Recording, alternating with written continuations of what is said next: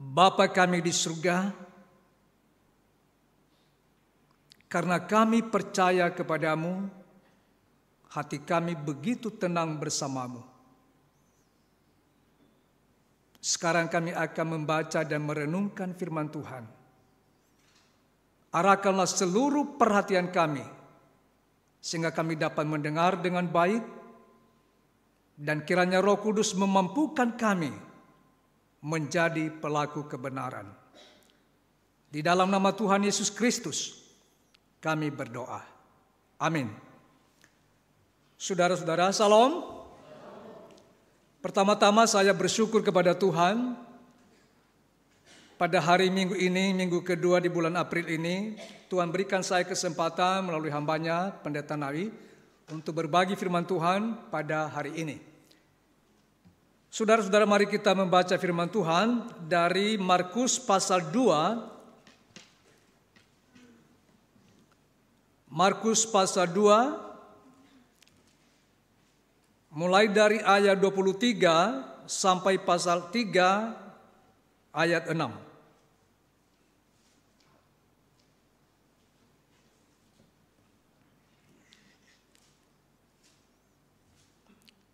Markus 2, 23 sampai pasal 3 ayat 6. Saya minta kita membacakannya silih berganti. Saya, kemudian saudara-saudara. Murid-murid memetik gandum pada hari Sabat. Pada suatu kali, pada hari Sabat, Yesus berjalan di ladang gandum. Dan sementara berjalan, murid-muridnya memetik bulir gandum.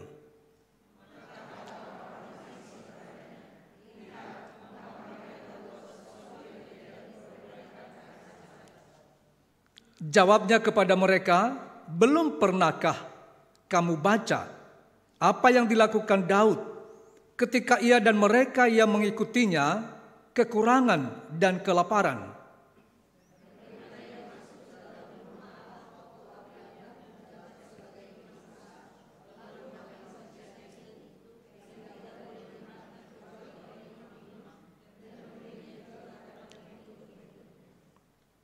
Lalu kata Yesus kepada mereka, hari Sabat diadakan untuk manusia dan bukan manusia untuk hari Sabat.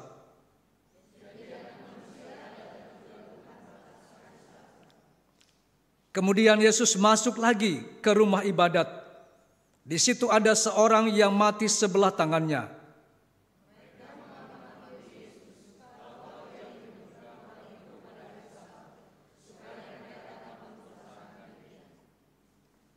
Kata Yesus kepada orang yang mati sebelah tangannya itu, mari berdirilah di tengah.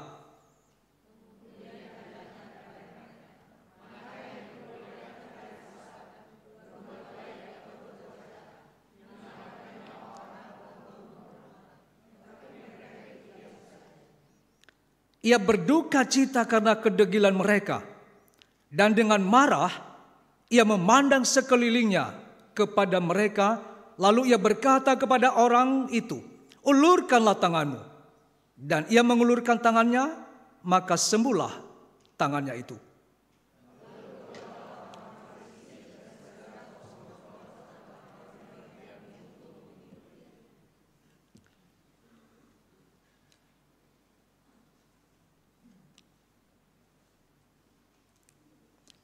Saudara-saudara yang saya kasih dalam Tuhan, hari ini kita belajar hari Sabat menurut Yesus.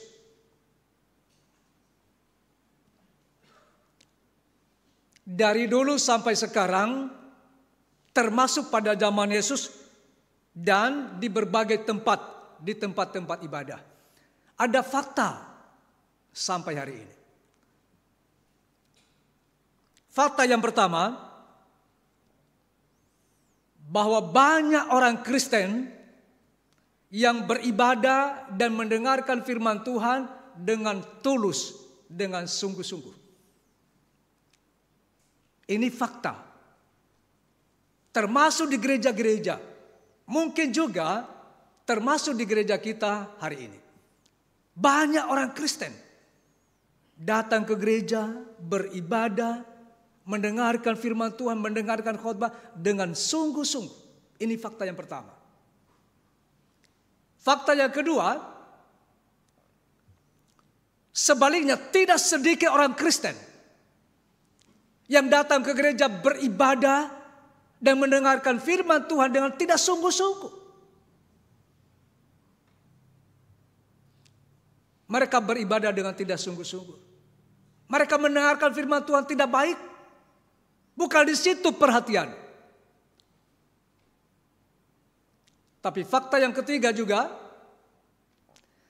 tidak semua hamba Tuhan dan pendeta yang datang ke gereja melayani, beribadah dan memberitakan firman Tuhan, berkhotbah, tidak semua dengan hati yang murni.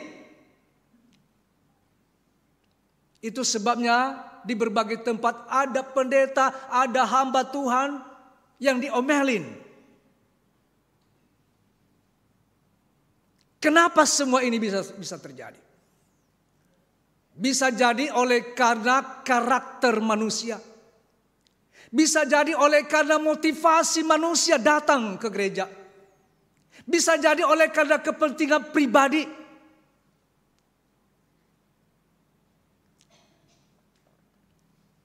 Saya berharap kita semua yang ada di gereja hari ini beribadah dengan tulus. Amin. Dan kita mendengarkan firman Tuhan dengan sungguh-sungguh. Oleh karena kita mau beribadah, mau berelasi dengan Allah kita. Hari Sabat adalah hari perhentian. Ini dimulai di Taman Eden. Kalau kita melihat kembali, hari Sabat ini, hari perhentian ini dimulai oleh Allah sendiri.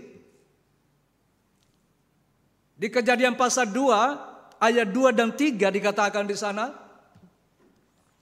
ketika Allah pada hari ke-7 telah menyelesaikan pekerjaan yang dibuatnya itu, berhentilah ia pada hari ke-7 dari segala pekerjaan yang telah dibuatnya itu. Dan ayat 3, lalu Allah memberkati hari ke-7 itu dan menguduskannya, karena pada hari itulah ia berhenti dari segala pekerjaan penciptaan yang telah dibuatnya itu. Jadi kalau kita lihat hari perhentian, hari Sabat adalah dimulai oleh Allah sendiri. Dan pada perikop ini, dia mulai untuk dirinya sendiri. Dia beristirahat. Dia berhenti dari segala pekerjaannya. Seluruh pekerjaan penciptaan dia sudah selesaikan dengan baik.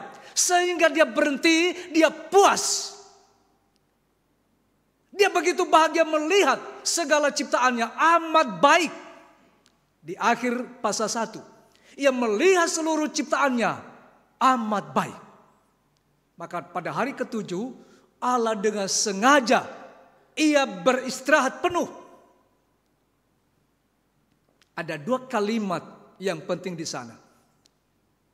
Maka ia memberkati hari perhentian itu dan menguduskannya.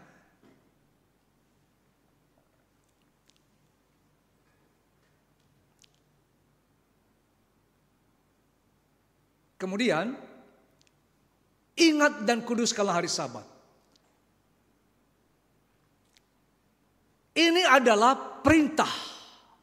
Kalau yang di bagian tadi, Kejadian 2 itu bukan perintah. Itu adalah inisiatif Allah untuk dirinya sendiri. Sedangkan ini di Keluaran 20 ini adalah perintah kepada bangsa Israel yang sedang dipimpinnya keluar dari Mesir menuju tanah Kanaan. Dan ini di tengah-tengah perjalanan. Kalau kita lihat, kita hubungkan, kita kenang kembali peristiwa di Taman Eden sampai kepada zaman Musa, kurang lebih hampir 3.000 tahun. Masa Kejadian sampai pada masa Abraham kurang lebih 2000 tahun. Dan antara Abraham pada masa Musa itu kurang lebih 750 tahun. Jenjang waktunya cukup jauh. Tetapi selalu ada hubungan hari Sabat, hari perhentian yang dimulai oleh Allah sendiri. Ingat dan kuduskanlah hari Sabat. Dimulai pada Taman Eden.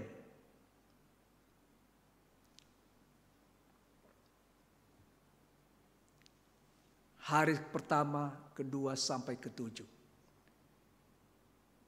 Nah, kita lihat di sana bahwa hari ketujuh itu spesial. Allah memberkati hari ketujuh itu. Bukan berarti hari-hari yang lain tidak ada berkat, ada. Tapi hari ketujuh itu spesial, khusus. Allah memberkati hari itu, hari perhentian itu. Dan menguduskannya. Menguduskan artinya memisahkannya dari hari-hari yang lain. Itu sebabnya orang Israel sangat ketat. Memegang teguh dan menaati hari ketujuh, hari Sabat ini. Mereka tidak mau bekerja.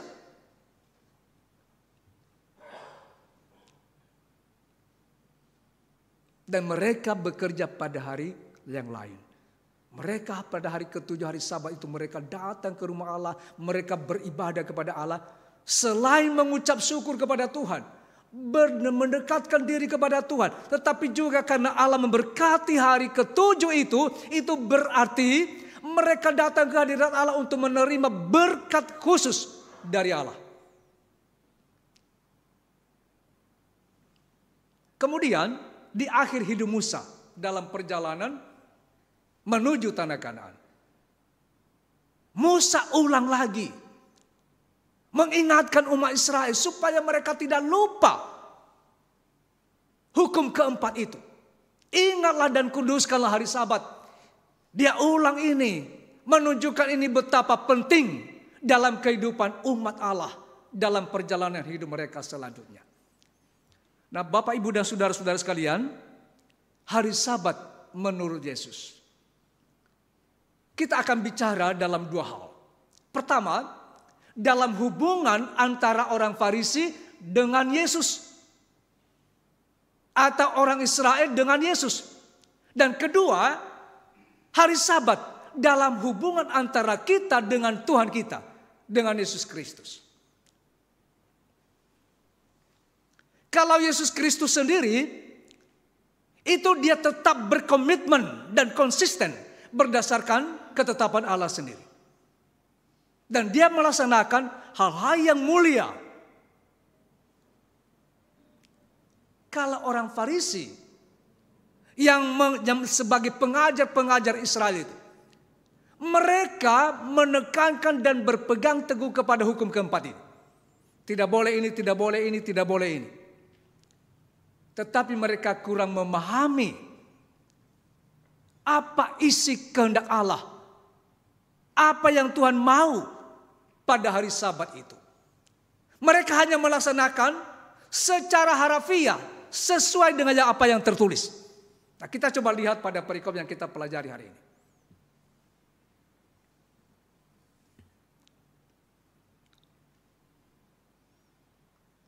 Dikatakan pada ayat 23, pada suatu kali, pada hari Sabat, Yesus berjalan di ladang gandum. Dan sementara berjalan, murid-muridnya memetik bulir gandum.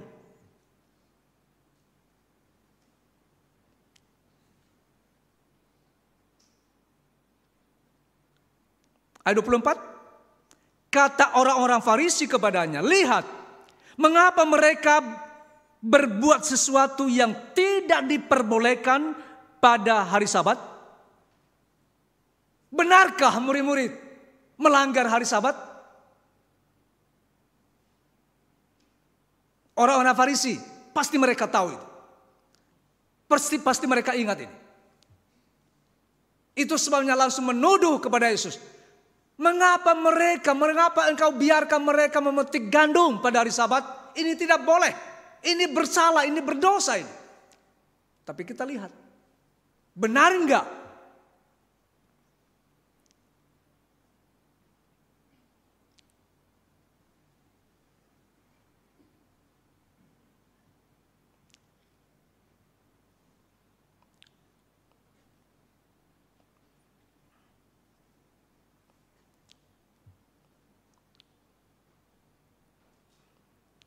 Di dalam kitab Ulangan dikatakan di sini, apabila engkau melalui kebun anggur sesamamu, engkau boleh makan buah anggur sepuas-puas hatimu, tetapi tidak boleh kau masukkan ke dalam bungkusanmu. Apabila engkau melalui ladang gandum sesamamu yang belum dituai, engkau boleh memetik bulir-bulirnya dengan tanganmu, tetapi sabit tidak boleh kau ayunkan kepada gandum sesamamu itu. Nah, jadi gimana ini kalau kita hubungkan ini dengan Ulangan ini? Ulangan 23. Apakah murid-murid melanggar? Ternyata tidak. Ini sudah ditegaskan oleh Musa kepada bangsa Israel. Apabila engkau berjalan melewati kebun anggur, melewati gandum sesamamu yang belum dituai, kamu boleh memetik. Kamu boleh makan buah anggur itu dengan sepuas hatimu. Yang tidak boleh adalah memetiknya lalu memasukkan ke dalam kantong. Itu yang tidak boleh. Dan yang tidak boleh adalah kau ayunkan sabit. Itu mencuri namanya. Kau boleh petik lalu makan di situ. Boleh.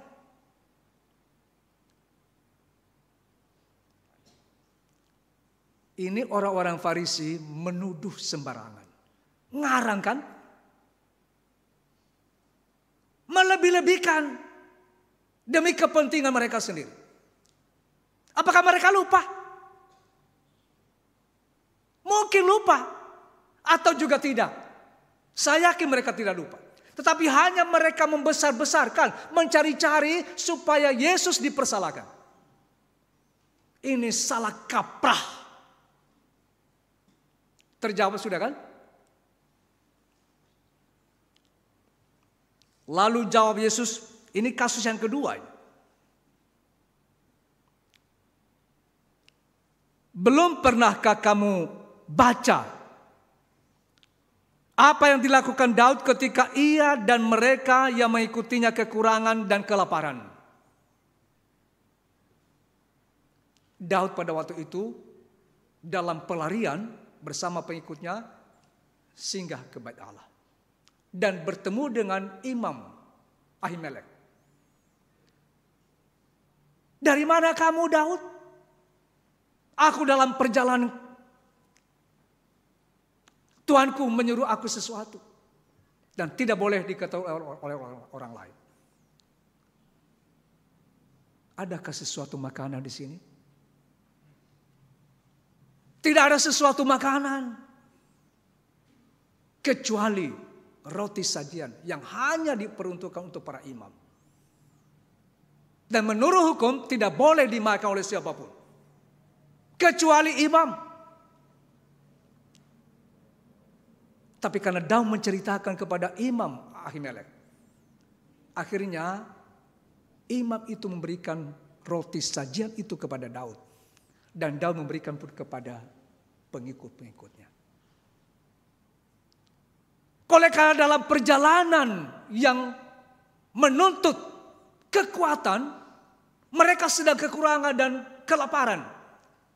Ternyata imam pun mengerti.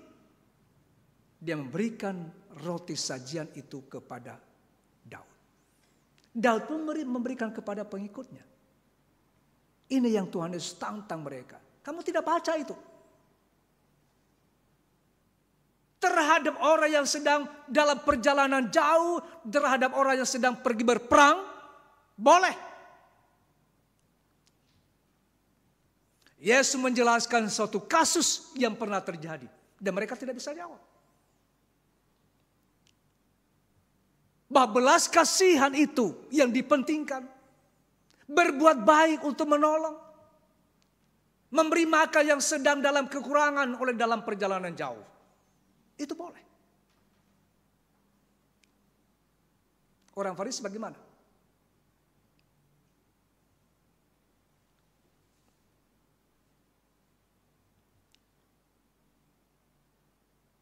Kita masuk pada pasal 3.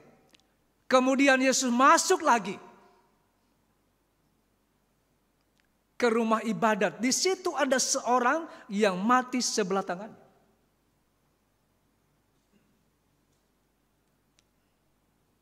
Bagaimana respon orang-orang Farisi?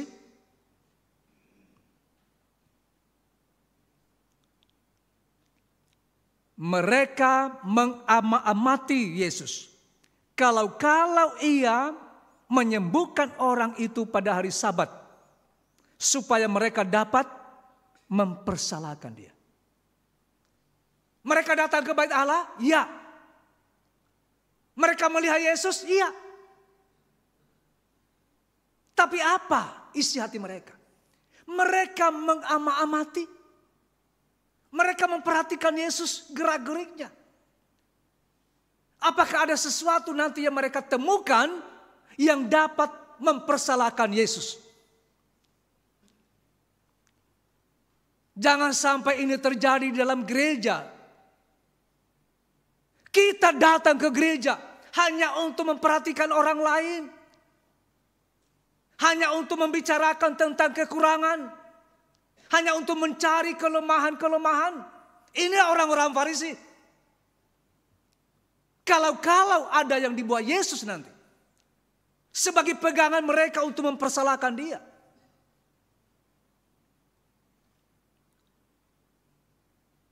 Mereka datang ke rumah ibadat. Bukan untuk beribadah kepada Allah. Bukan untuk mendengarkan khotbah Yesus. Bukan. Tapi mengamati.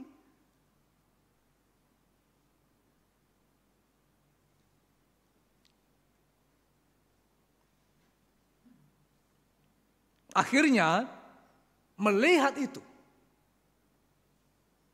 Kata Yesus kepada orang yang mati sebelah tangannya itu. Mari berdirilah di tengah. Yesus senantiasa memperlihatkan sesuatu untuk menunjukkan bahwa dia berkuasa. Sekalipun seolah-olah seperti yang dipikirkan oleh orang Farisi, nanti ini berbuat salah ini. Bagi Yesus, orang ini perlu ditolong.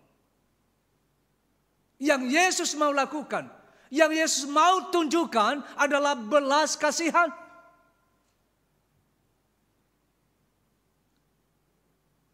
Lalu ayat 4. Yesus menantang orang-orang Farisi yang mengelilingi itu.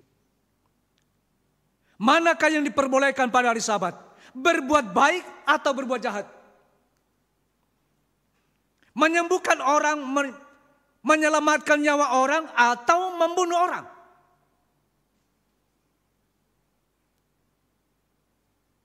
Mereka jawab.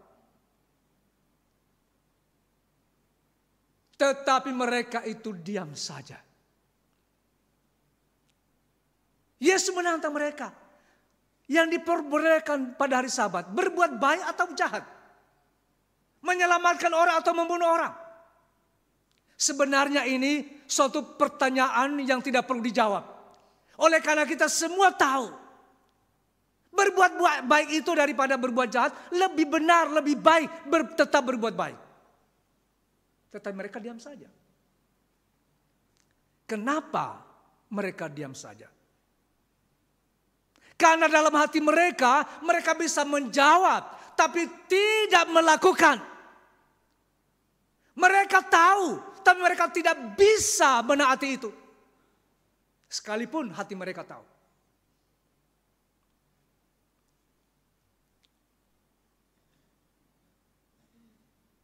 Dan ayat kelima, karena Yesus tahu isi hati mereka. Yang munafik, yang jahat, ia berduka cita. Ia sedih melihat orang-orang ini. Karena kedegilan mereka. Degil itu tidak mau dengar yang baik. Tidak mau dengar yang baik. Tidak mau dengar yang nasihat yang baik. Tidak mau belajar yang baik. Inilah hati orang-orang Farisi.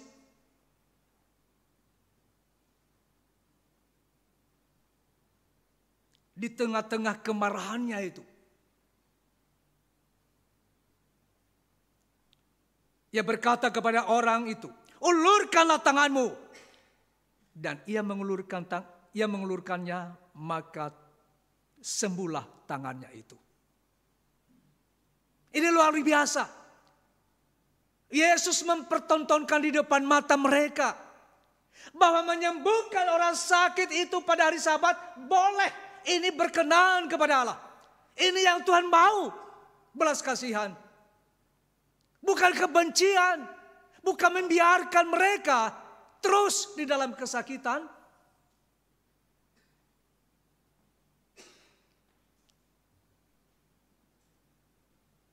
Tapi kita lihat bagaimana respon orang-orang Farisi. Setelah mereka menyaksikan perbuatan Yesus yang ajaib itu. Lalu keluarlah orang-orang Farisi. Dan segera bersekongkol dengan orang-orang Herodian. Untuk membunuh dia. Perhatikan ini. Luar biasa jahatnya bukan? Yesus telah melakukan penyembuhan di hari Sabat. Ini kehendak Allah. Tapi setelah mereka melihat ini. Mereka keluar. Mereka keluar dalam arti mereka tidak setuju. Mereka keluar dalam arti mereka benci perbuatan ini. Dan bukan hanya mereka keluar. Mereka pergi bersekongkol dengan orang-orang Herodian. Dan mau membunuh Yesus. Ini betul-betul jahat.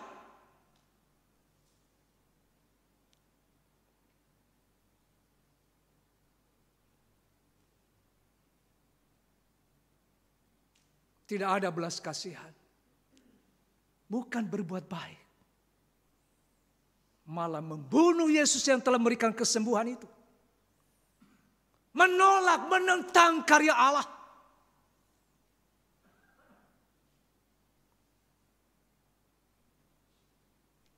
Hari Sabat menurut Yesus. Ia telah memperlihatkan tadi. Apa yang diperbolehkan pada hari Sabat. Dua ayat penting bagi kita hari ini. Ayat 27. Lalu kata Yesus kepada mereka, hari Sabat diadakan untuk manusia. Dan bukan manusia untuk hari Sabat. Hari Sabat itu diadakan untuk manusia. Dan bukan hari Sabat dan bukan manusia untuk hari Sabat. Maksudnya apa ini?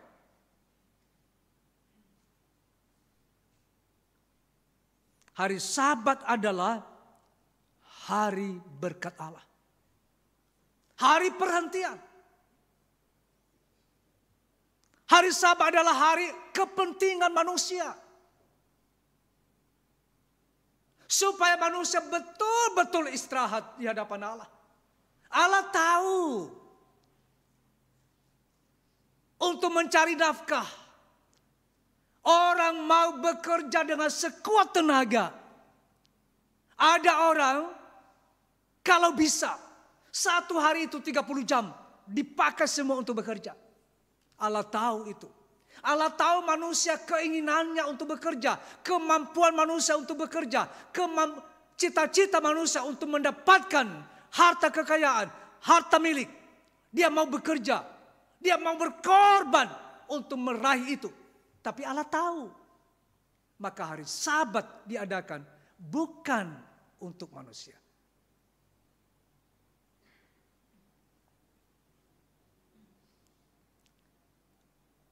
Hari Sabat diadakan untuk manusia, untuk kepentingan manusia, supaya manusia istirahat dari pekerjaan.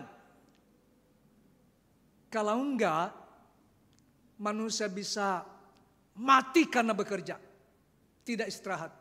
Nah, Allah tahu itu. Pertama-tama ini Allah berikan kepada umat Israel, supaya hari Sabat itu digunakan dengan baik. Istirahatlah. Ingatlah Tuhan, Sang Pencipta, yang memberkati engkau selama 6 hari. Bahkan pada hari ke-7 jika engkau menguduskan itu, engkau datang kepada Allah. Allah ada berkat khusus, sediakan.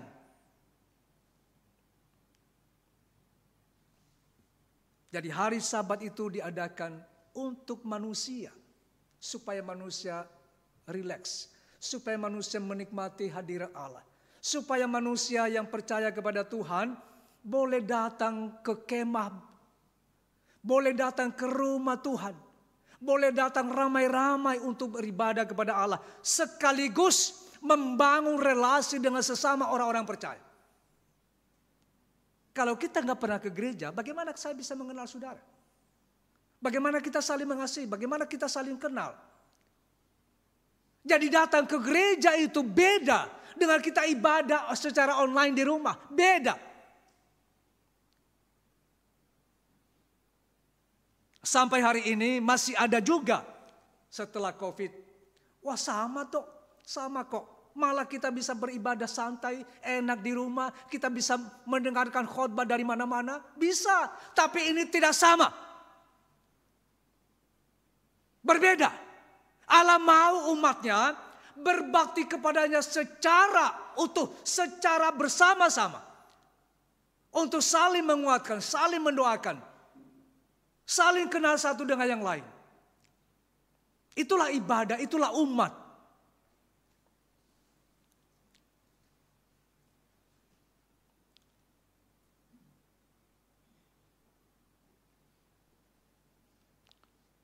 Allah mau supaya kita tidak menjadi budak kerja. Dan hari Sabat itu bukan manusia untuk hari Sabat. 2 kalimat ini penting. Di ayat 27 itu. Manusia bukan manusia untuk hari Sabat. Artinya, dia ingatkan manusia. Tuhan ingatkan kita. Bahwa manusia itu dicipta bukan untuk hari Sabat. Tapi ada tujuan yang mulia. Kita dicipta untuk melakukan kehendak Allah. Untuk menyenangkan hati Tuhan.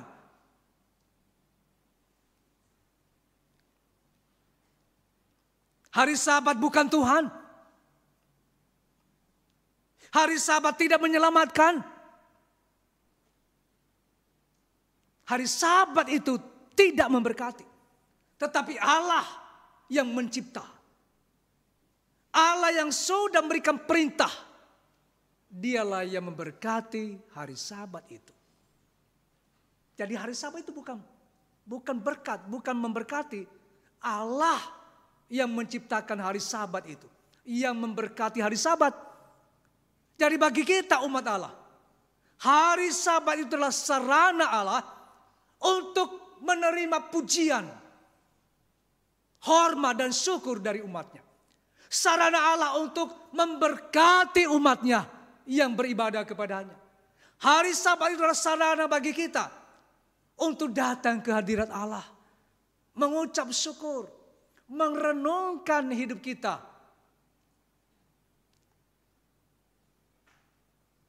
Itu semuanya dalam ibadah kita ada doa pengakuan dosa. Di hari Sabat itu kita dituntut oleh Tuhan untuk merenungkan kembali betapa besarnya kasih Tuhan kepada kita. Kita dituntun untuk merenungkan betapa banyak dosa-dosa kita di hari-hari yang lalu. Dan kita diajak untuk mohon pengampunan dosa.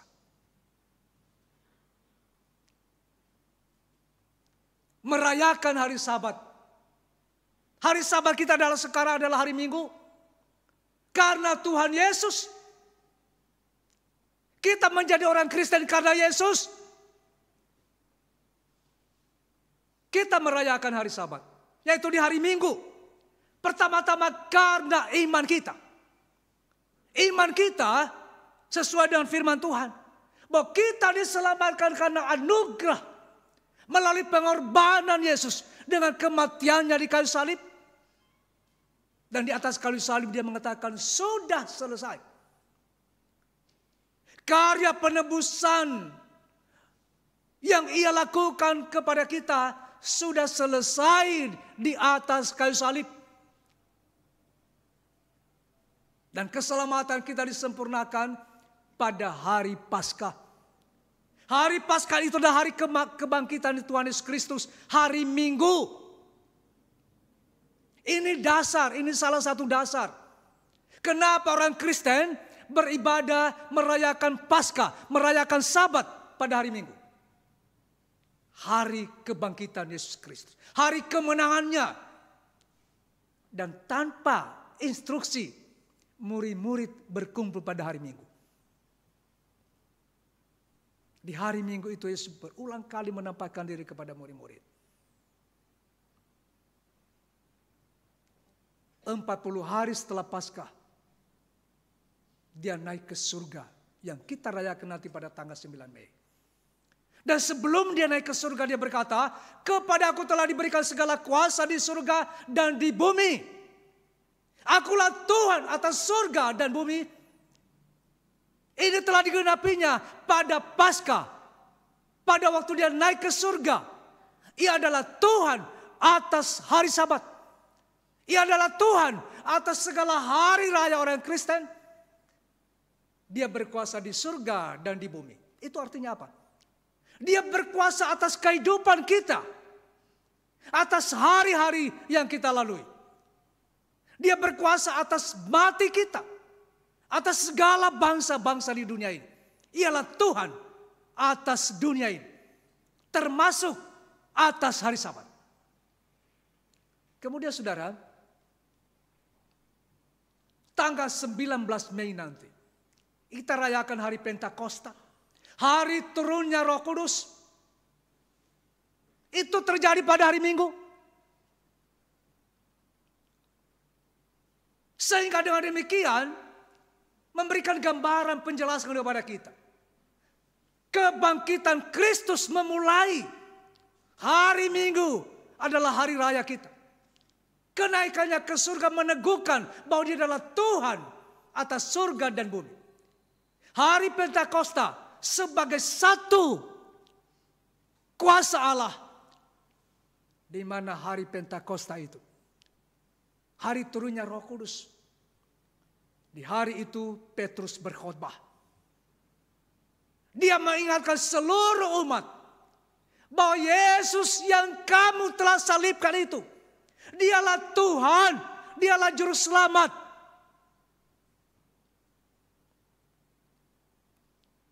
Di hari Pentakosta itulah berdiri gereja. Pada khotbah Petrus di hari Pentakosta itu, mereka semua menjadi sadar. Mereka bertobat. Dan pada hari itu ada 3.000 orang bertobat dan dibaptis. Inilah jemaat mula-mula. Inilah gereja pertama. Dengan demikian, begitu jelas kepada kita. Pentakosta, Roh Kudus pun meneguhkan bahwa kebaktian hari raya gereja, hari Sabat kita adalah hari Minggu. Pada para rasul pun lambat laun, tanpa ada suatu ketuk palu, hari Sabat pada hari Sabtu hari ke-7 itu hilang begitu saja. Tetapi dirayakan terus menerus pada hari Minggu. Dalam sejarah gereja kita melihat bahwa hari Minggu ini betul-betul memang diberkati Tuhan. Menjadi satu kesaksian bagi gereja. Kenapa? Pada tahun 321 Konstantinus Agung Dia adalah orang Kristen pertama yang jadi kaisar di Roma. Menetapkan satu dekret bahwa hari Minggu adalah hari Sabat, hari perhatian, hari raya orang Kristen, hari raya gereja yang diberlakukan kepada kerajaan Romawi. Orang Kristen silakan dengan bebas. Ternyata dalam perkembangan sejarah sampai hari ini suatu kemenangan dan kebanggaan kita kalau kita merayakan Sabat di hari Minggu. Minggu berasal dari bahasa Portugis arti domingo. Itu asalnya domingo. Jadi dipakai di Indonesia minggu. Artinya hari Tuhan. Hari dari Tuhan. Inilah Sabat kita. Kita merayakan Sabat pada hari Minggu. Yang kedua, karena kasih. Setiap kali kita beribadah, merayakan Sabat di hari Minggu, kita mengingat kembali betapa besarnya kasih Tuhan kepada kita. Oleh karena dosa kita yang telah menggantikan kita di atas kayu salib, yang telah mengorbankan diri supaya kita selamat. Maka Yesus kepada murid-muridnya dan kepada kita juga dia berkata, jikalau kamu mengasihi aku, kamu akan menuruti segala perintahku. Sekalipun bagi kita bukan perintah lagi, tetapi sebagai ucapan syukur kita kepada Allah. Kita beribadah kepada Tuhan. Kita merayakan Sabat di hari Minggu sebagai timbal balik kasih yang Allah sudah duluan berikan kepada kita. Kita responi itu.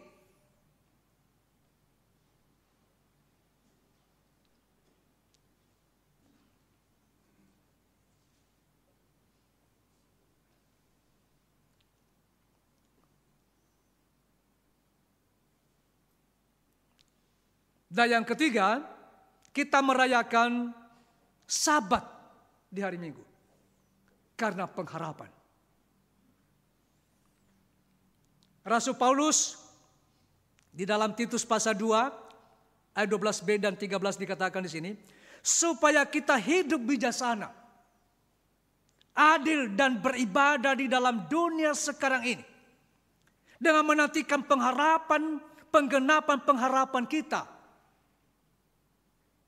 yang penuh bahagia dan penyataan kemuliaan Allah yang maha besar dan juru selamat kita. Pengharapan kita, dia adalah Tuhan dan Raja. Dia sudah berjanji bahwa suatu kali dia akan datang kembali. Inilah pengharapan kita yang pasti.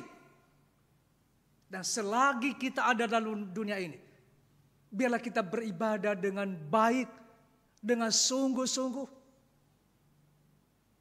sambil kita menantikan penggenapan pengharapan kita.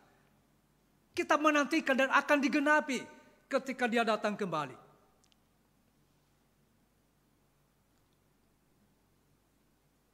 Wahyu 22 ayat 13. Yesus berkata kepada Yohanes, aku adalah Alfa dan Omega, yang pertama dan yang terkemudian, yang awal dan yang akhir. Dan kemudian dia mengatakan, ia yang memberi kesaksian tentang semuanya ini berfirman, ya, aku datang segera. Dan disambut dengan iman, amin, datanglah Tuhan Yesus.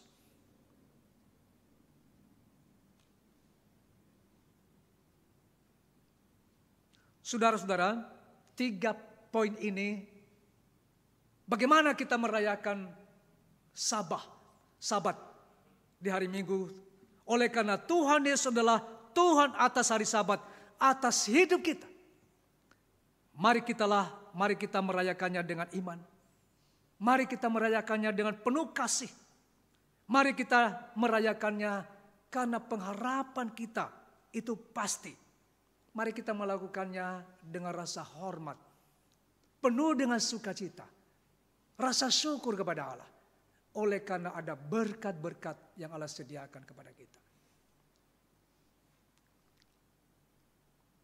Wahyu 21 ayat 5, ia yang duduk di atas takhta itu berkata, lihat, aku menjadikan segala sesuatu baru. Saudara-saudara, nanti pada waktu Yesus datang kembali, sahabat kita akan disempurnakan oleh Yesus Kristus sendiri. Dia akan segera datang. Sehingga sahabat-sahabat kita yang kita lakukan hari ini akan disempurnakan. Mungkin sahabat kita hari ini tidaklah sempurna. Hari perhentian kita, hari di mana kita ada di hadapan Allah dengan sempurna nanti, itu disempurnakan pada hari kedatangan Tuhan Yesus yang kedua kali. Saudara-saudara sekalian, setelah kita mendengarkan khotbah ini, setelah kita mendengarkan firman Tuhan ini, saya mengajak kita semua, ingatkanlah saudara, ajaklah keluarga, supaya di hari Minggu, mari kita merayakan Sabat dengan Tuhan kita.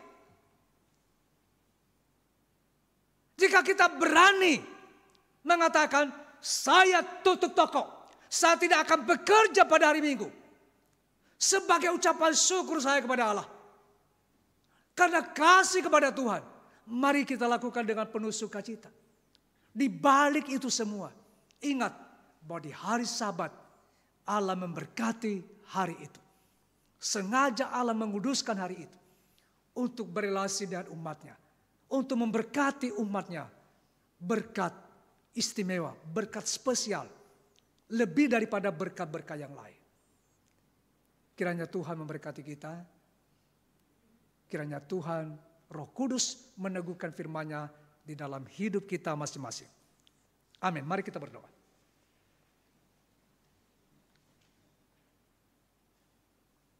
Tuhan Yesus, Kepala Gereja, Tuhan dan Juru Selamat kami yang hidup, Engkau telah memberikan kami janji, supaya kami dengan janji-Mu itu dengan sukacita merayakan Sabat di hari Minggu.